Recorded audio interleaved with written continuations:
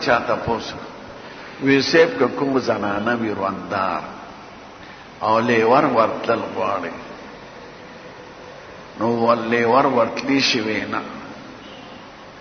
وی عربی کې لیور ته حم وای وی الحم الموت لیور خدا مرگ مثال له ځکه چې یو خدا او یو سړی یو ځای او دریم کس ور سره نه بغیر د مور او د خور نه چې هغې ته د سړي انسان طبعا تقاضا نه پیدا کېږي نو حضور پاک وایي چې چاته یو سړی او ښځه ځان لشي او دریم کس نی نو دریم شیطانی نو دا ښځې په زړه کې وسوسې اچوي د سړي طرف ته او د سړي په زړه کې ښځې ته وسوسې پیدا کوي دا ګورې طبیعي څیزونه دي سړی د ځان ته زبرګ نه وایي او ځان ته د پیر نه وایي او ځان ته د لوی سړی نه وایي ښځه او سړی د ځان لکېږي د دې نسل خبره پیدا شوې کمې د ښځې چې نکاح چا سره کېږي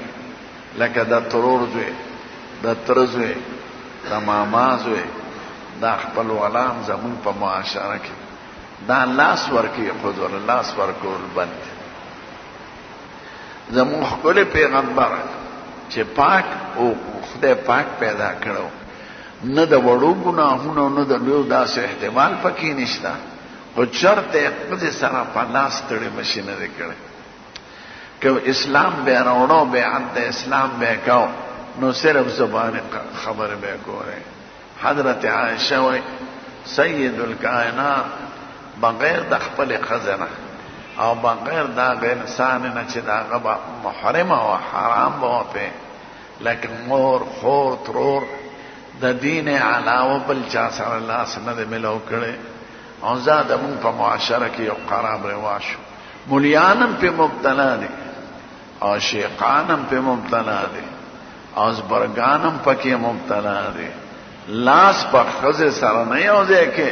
کومه خزه سره چې ستانی کا کې دي شي اگر چې دی وخت کې بند ده لکه خینه چې خزه دی نو خزه یقیني سره په نه کېږي خو استغفر کړه خزه مړش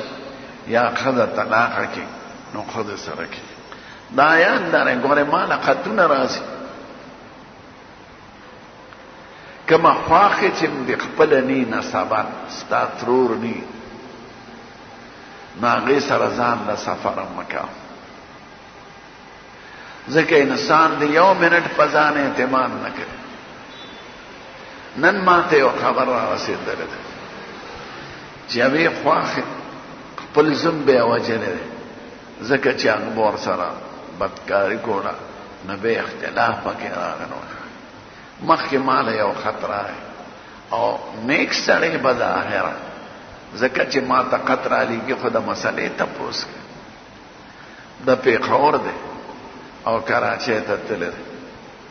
هلته خپلوانانو او خواښې والته کې او لا جینۍ نه و واده کړی خو نکاح ورسره شي نو ښځه ډېر قمقل شي نو دا زم سره هغه ما ته ولیکل چې واتل ځله را سره بدکاري کړې ده چې څوک ما وی را تخته او دغه لور چې د هغې کړې ده دا ټول عمر د پاره ستا باندې حرامه شو ځکه چې سړی خواښې سره دا کار وکړي یا خواښې ښکل کړي یا خواښې سره هسې سملاست یا خواښې سره غاړه غټی شو د شهوت په خیال نو ښځه پې آرامه شو او د ټول عمر دپاره آرامه زمونږ مذهب کې خو دومره سختي ده که خواښې سره د لاس میلو کړه او ستا په طبیعت کې شوق راپورته شو شهوت نو ښځه در باندې آرامېږي نو خواښې سره سفر مه کوئ خواښې سره ځان له کېږئ مه او د دې نه ډېر مصیبتونه جوړ شوي دي ښځه زر دوکه کېږي سړی دوکه کېږي شهوت داسې شی دی چې دا په عقل غالب دی عقل کار نه کوي دا په دین غالب دی دین کار نه کوي دا په عرف غالب دی عرف په سړی پرېږدي رواج ورله ختمای چې دا شهوت پکې راشي. د یوسف علیه السلام نه زیات مبارک سړی څوک چې پیغمبر دی او خدای ساتلی دی، ځکه خپلې نیکې ته مطالبه د زنا وکړه او دروازې بندې کړې. دا قرآن شریف کې بیان. وغلقت الابواب وقالت هیت لک قال معاذ الله انه ربي احسن مثواي. نیکه د سړي وي او د وزیر خزی خمالدار قشتا او دروازې بند کی او به دنه په خپل تقاضا وکي کني قضا خو تقاضام د شرم د وجه بیا بنا زه د خدای په ذات امان غواړم. نو دیان لسمه پاره سر کې دا بیان دی. وما ابرئ نفسي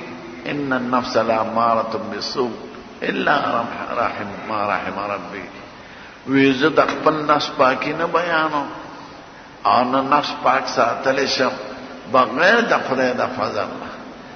نو یو ځل ځان ساتلی د زنا څه شو خو یو 15 منټه به پې تېر شو ټول عمر به بدنامو. خو چې ځان ساتلی د خدای په حکم